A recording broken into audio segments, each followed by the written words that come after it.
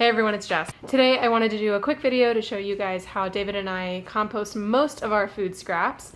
Sorry if you can hear like thunder outside. It's actually lightning and thundering for the first time in the entire time that I've been in Colorado, so this is kind of cool. This isn't really going to be an instructional video because there are a lot of different ways to compost, but I did want to show you how David and I do it.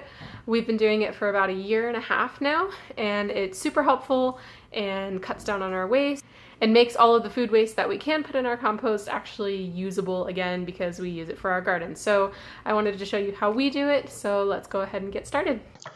So composting is a way of reusing your food scraps from fruits and vegetables and making it into a substance that you can use to grow more food. So it makes it into this like really nutrient dense potting soil basically. There are a few things that you need in order to make compost, and one of those things are food scrap. There are a lot of things that you can put in your compost, such as grass clippings, even hair, food scraps from things like fruits and vegetables, but no food scraps that contain any kind of oils, dairies, or meats. So you have to make sure that any food that has any kind of oils, dairies, or meats in it does not go into your compost. But I'm a vegan, so I eat tons of fruits and veggies, and I don't eat any dairy or meat, and I also don't tend to use oil very often, so a lot of my food can be thrown right into my compost, which is really great. Most of our compost is made up of food scraps. So when we have food scraps, we put them into our composting container that we keep in our kitchen. And as soon as that is full, then we will take it outside and put it into our compost pile, and I will show you what we do from there. We keep our compost pile in our backyard in an area where the dogs cannot get to it because our dogs will try to eat the food scraps and it makes them really sick. So there's a pro tip, is to keep compost away from dogs. So basically, in order to make compost, you need what's called dry ingredients and wet ingredients, or dry material and wet material. So it kind of depends on where you live, from my experience, of what ratio you need between dry and wet. We live in a very dry area, so we do tend to use about 50-50 of dry material and wet material. Things that fall under the dry material are things like leaves, sticks, dryer lint, hair, things like that.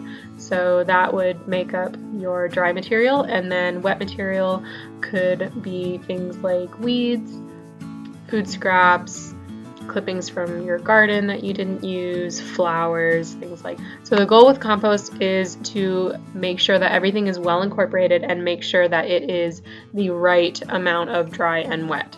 So a good indicator that your compost is at the right levels of wet and dry is if it smells really earthy. If it smells foul at all, like it actually smells like rotten food, then that means that it's too wet and that you need to add more dry material.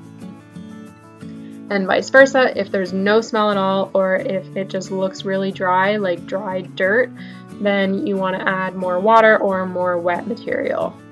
I've been really struggling with our compost because it's been raining so much, so I've been trying my hardest to add as much dry material as needed in order to make it into usable compost, and I haven't quite gotten it back to the point that I want it to be, which kind of sucks, but I'm still working on it. So I'm having to turn my pile at least once a week, but hopefully twice a week, with new dry material.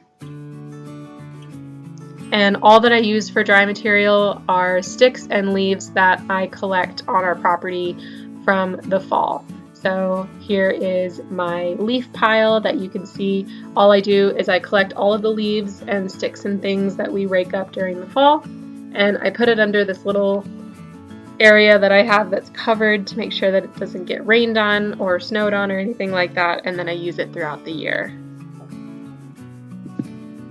When your compost is ready, then all you do is use it in your garden, in pots and things like that. Anything that you're growing or anything that your friends are growing, it's really handy. Thank you so much for watching. I hope you guys liked this quick video. Composting is super easy, and I would strongly encourage anyone who's wanting to cut down on their waste, especially their food waste, to consider composting and find a method that works for you and your lifestyle and where you live and all that jazz. Like I said, it's super easy and very attainable. Make sure to subscribe to my channel. I put out new videos every Monday, Wednesday, and Friday, 3 videos a week, and I will see you guys later.